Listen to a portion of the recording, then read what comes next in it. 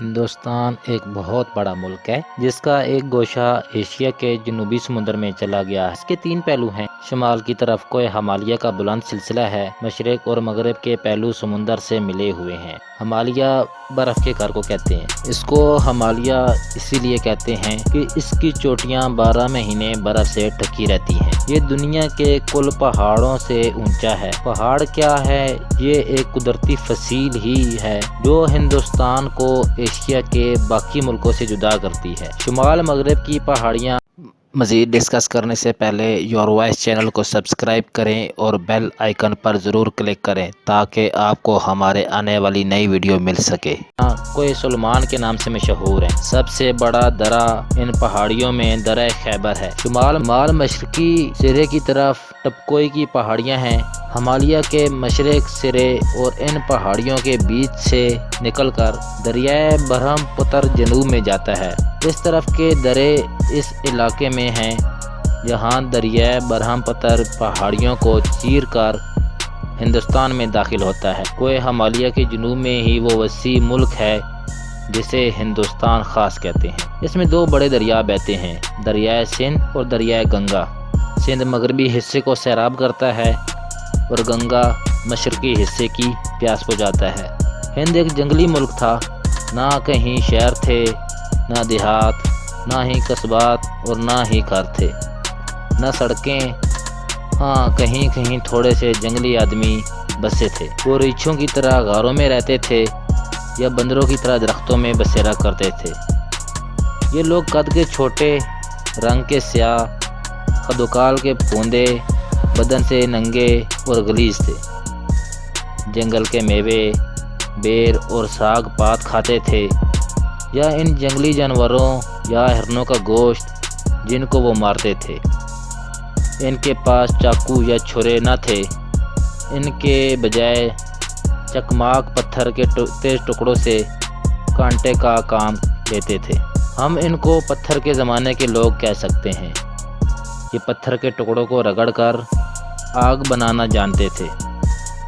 مدتوں تک ان لوگوں کی یہی حالت رہی ہے۔ اس کے بعد آہستہ آہستہ کچھ ترقی کرنے لگے، یعنی رہنے کے لیے جنگلوں میں ہی چھوٹی چھوٹی جھونپڑیاں بنانے لگے۔ پتوں سے یا ان جانوروں کی کھالوں سے جن کا وہ شکار کرتے تھے بدن ڈھانپنے لگے اور ان کی آبادیاں بھی بڑھتی گئیں۔ قدیم زمانے میں جو بہت ہی میں ہند میں آباد تھیں وہ 2 بڑی نسلوں سے تھیں، ایک کول اور دوسری دراوڑ۔ اسی وقت کول نسل کے لوگ تو شمالی اور وسطی ہند میں آباد تھے اور دراوڑ نسل جو کہ تعداد میں بہت زیادہ تھے ملک کے ہر حصے میں رہتے تھے۔ کول دھات کے جنگلی آدمیوں کی اولاد سے تھے، جس طرح دھات کے زمانے کے لوگ پتھر کے زمانے والوں سے بڑھ نکلے تھے، اسی طرح دھات کے زمانے والوں میں جو لوگ زور آور، دانا اور بہتر تھے وہ کول کہلائے۔ کول مویشی نہ رکھتے تھے، زیادہ تر شکار پر بسر اوقات کرتے تھے۔ ہر ایک قبیلہ ایک چھوٹے سے گاؤں میں آباد تھا۔ یہ پتھروں یعنی اپنے بزرگوں کی روحوں کو پوجتے تھے۔ ہند میں جو دوسری بڑی قوم تھی وہ دراوڑ تھی۔ دراوڑ جنوب سے آ کر ہند میں داخل ہوئے، مگر جنوب میں کہاں سے؟ اس بارے میں بھی 2 آرائیں ہو سکتی ہیں۔ ایک یہ کہ وہ اس بڑے ملک سے آئے تھے جو کسی زمانے میں ہند کے جنوب میں دور تک بحیرہ ہند میں پھیلا ہوا تھا، مگر اب وہ علاقہ سمندر میں بیٹھ جانے کی وجہ سے نظر نہیں آتا۔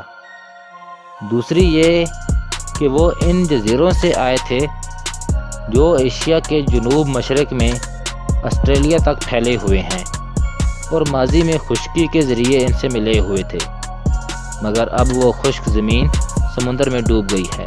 دراوڑ کے لوگ کول کے پہلو با پہلو رہتے تھے، مگر ان سے زور آور، شمار میں زیادہ اور تہذیب میں بڑے ہوئے تھے۔ انہوں نے زیادہ تر زرخیز زمینیں تو آپ لے لیں اور باقی کول کے لیے چھوڑ دیں۔